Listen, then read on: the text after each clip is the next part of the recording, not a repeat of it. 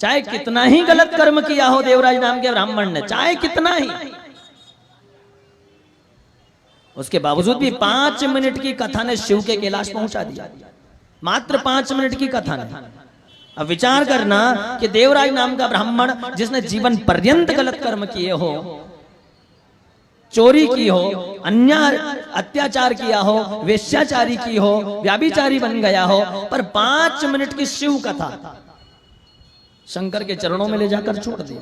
कैलाश पर्वत पर यमराज महाराज कहने लगे कि ये देवराज नाम का ब्राह्मण तो बड़ा पापी था, इसने तो कर्म गलत किए हैं और कर्म के अनुसार फल देने का काम भगवान का है। तो भगवान ने कहा यमराज से, चाहते क्या हो? बोले इसको नरक में डालो। क्यों? बोले इसने जीवन पर्यंत गलत किया है, माँ बाप को भी अपमानित करके निकाल दिया, पिता चले गए, माँ चली गई, व्याभिचारी बना, हत्याएं की, उसके बावजूद भी बाबा आपने कैलाश धाम पे बुला लिया। अब दयालु मेरे शंकर की कृपा देखो, यमराज से कहने लगे यमराज तू कौन है? बोले मैं काल। और मैं कौन हूं? बोले आप महाकाल। तो मेरे शंकर ने कहा कि तू काल बनकर अगर किसी के जीवन में आता है तो जीवन दान देने के लिए मैं महाकाल बनकर उसके जीवन में प्रवेश कर जाता हूं। फिर उसके जीवन में संकट का कोई आसरा नजर नहीं आता कि इसके जीवन में संकट आएगा।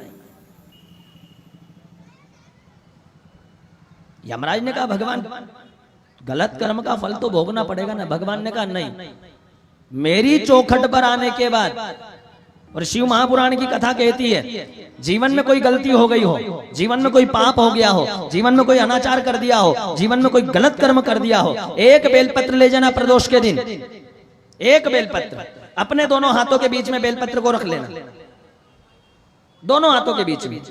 कोई जीव हत्या हो गई हो, कोई पाप हो गया हो, जुबान से कोई गलत शब्द निकल गया हो, हमारी वजह से किसी को ठेस पहुंच गई हो, एहसास हो गया कि हमने गलती की है, एक बेलपत्र लेना, हाथ में रखना, बाबा के दर पे जाना, प्रणाम करना, अपने मन का भाव, मुझसे ये गलती हो गई है, मुझसे ये पाप हो गया है बाबा, आज के बाद ये गलती कभी दोबारा नहीं दोहराई जाएगी, एक बार माफ कर दो। और वो बेलपत्र जो है हाथ का, वो भगवान शंकर के शिवलिंग पर ऊपर नहीं रखना है, सामने चिपकाना है। जल से हो, शहद से हो, चंदन से हो, उसको चिपकाना है। चिपका कर एक लोटा जल पीछे से बाबा को डाल देना, थोड़ा सा प्रणाम करके आ जाना, दोबारा उस गलती को नहीं करेंगे, ये प्रण करके आना।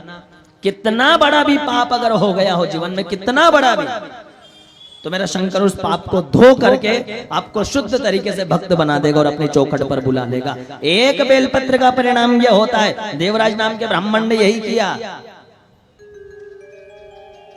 चौखट पर बुला लिया, यमराज से कह दिया यू कैन गो, आप नरक में जाओ, आप जाओ, आपकी यमपुरी संभालो। क्यों? बोले ये देवराज अब मेरा है। क्यों है? बोले इसने 5 मिनट की शिव महापुराण की कथा सुनी थी, उसका फल क्या है? बोले ये मरा तो बेलपत्र के पेड़ के नीचे मरा,